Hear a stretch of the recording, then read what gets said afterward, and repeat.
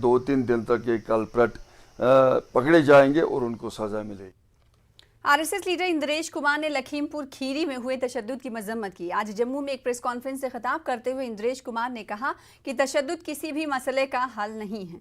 इन्होंने 3 ज़रे क़वानीन को लेकर किसानों और हुकूमत के बीच तातुल को ख़त्म करने के लिए मुज़ाकरात पर जोर दिया। आरएसएस लीडर ने कांग्रेस लीडरों को निशाना बनाते हुए कहा कि वो लखीमपुर खीरी के वाक़े से सियासी फ़ायदा उठाने की कोशिश कर रहे हैं। वो भी कसूरवार हैं, उसकी ठीक जांच होकर कसूरवारों को सज़ा भी मिलनी चाहिए।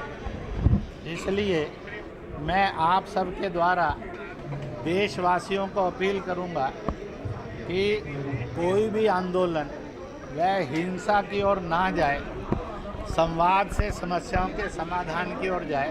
कांग्रेस के नेता वहां पर शांति सद्भाव के लिए जाने वाले होते तो कोई रोकता नहीं। वो वहाँ पर जले पर घी डालकर और भड़काना, गुमराह करना, भटकाना और दंगे भड़काना, इसका काम करने के लिए जा रहे होंगे।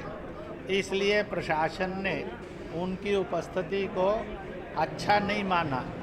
इसलिए प्रशासन ने वहाँ पर अपना लोकल निर्णय लिया। इस मौके पर इंद्रेश कुमार ने कहा कि दफ़ा 370 के खात्मे के बाद अब एक और एजेंडा मिल गया है। आरएसएस लीडर के मुताबिक अब मकबूजा कश्मीर को पाकिस्तान के चंगुल से छुड़ाना है। नया संकल्प जम्मू कश्मीर और लद्दाख को लेना है। उस संकल्प का एक नारा है, चीन गिलगित बाल्टिस्तान कैलाश मानसरोवर खाली करो, यह हमारा है, हमारा है। उसका इसके ऊपर अवैध कब्जा है।